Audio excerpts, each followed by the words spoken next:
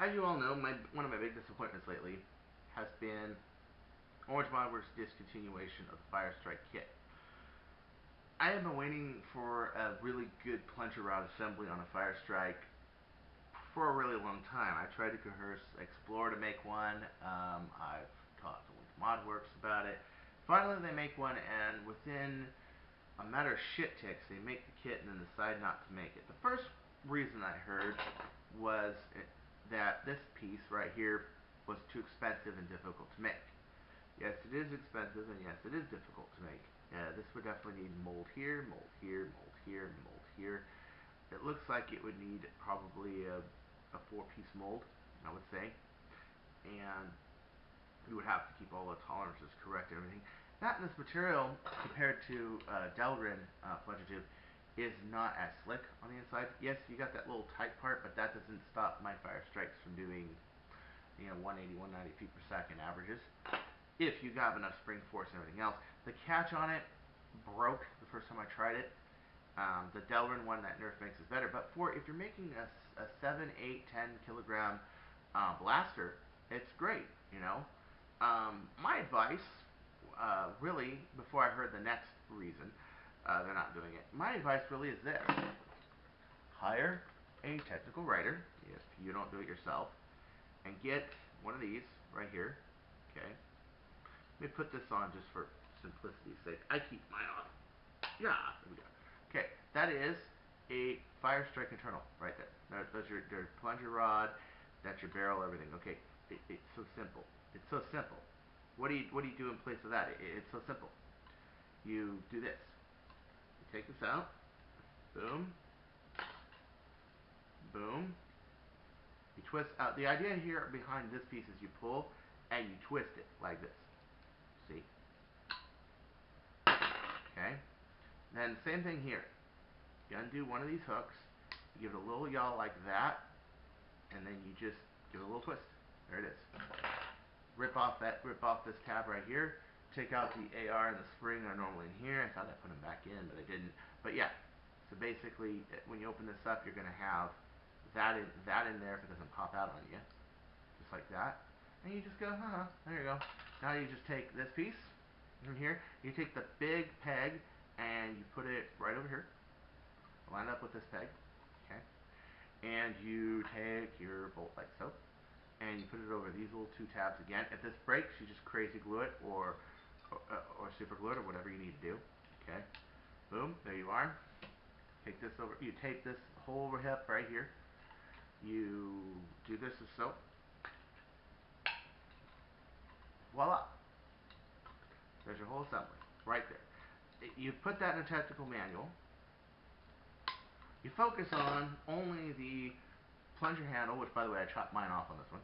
Plunger handle, plunger rod, O-ring, spring, catch spring. Boom. You got yourself a $15, $20 kit that people can just buy the $7 on clearance blaster or $10. Wham! Guess what? You got what you need. Now this one, here's why I'm so griping about this. Because this blaster, not built with this, is actually built with a brass barrel, about 5 1/4 inches. It's built with a counter spring inside here. It's built with a 9/16 there, and it's got 21 kilograms of force. Now, I am averaging between 180 and 195 feet per second with this. But I did get a peak shot at 206 feet per second. Wow! I never thought I would do like crossbow velocities with a damn Firestrike. Never in a million years.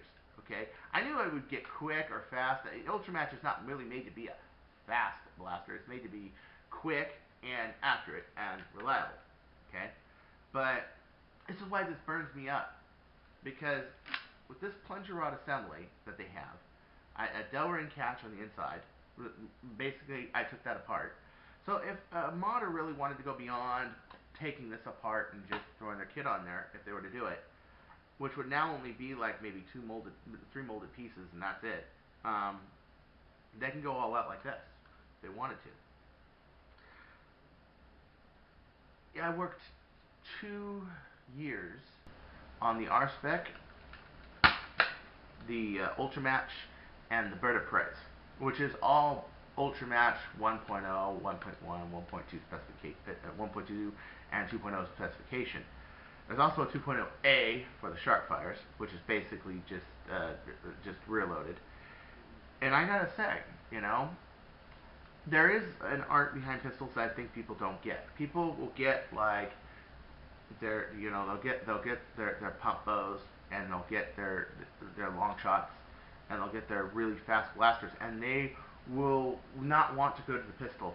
And the good reason is because pistol's not going to do as good a velocity, okay?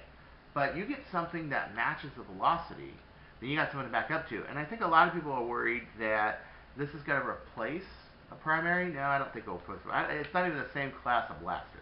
What it will do is that people that have less of a that have less money, that want to start out with something small, will start with this, and then they'll want some clip fed that can load X darts in there, or number 6 slugs, or Hoffered blasters, or whatever, because they will want a primary, because they'll be sick of firing this little pen loaded pistol around. Now, am I a good case study for, oh well, they'll just switch the pistols and say hell with it? No, I'll tell you why. Because I am good enough that I can pretty much roll with anything, even this little pistol right here, and I can pretty much be a threat in a battle.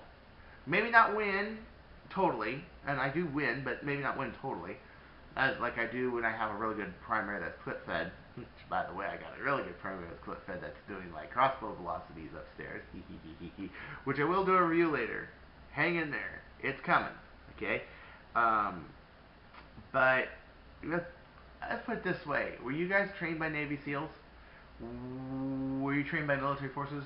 Did you go to a shooting range every other day? No, I did. So, basically, yeah, I can battle with something like this, and I can win against people with strikes and rapid strikes, long shots, even people with snaps, even people with 82Ks. Yeah, of course I can. Why? Because I'm good. Now, which comes to show you that a blaster is not a substitute for skill, but it is only better implementing use of your current skill.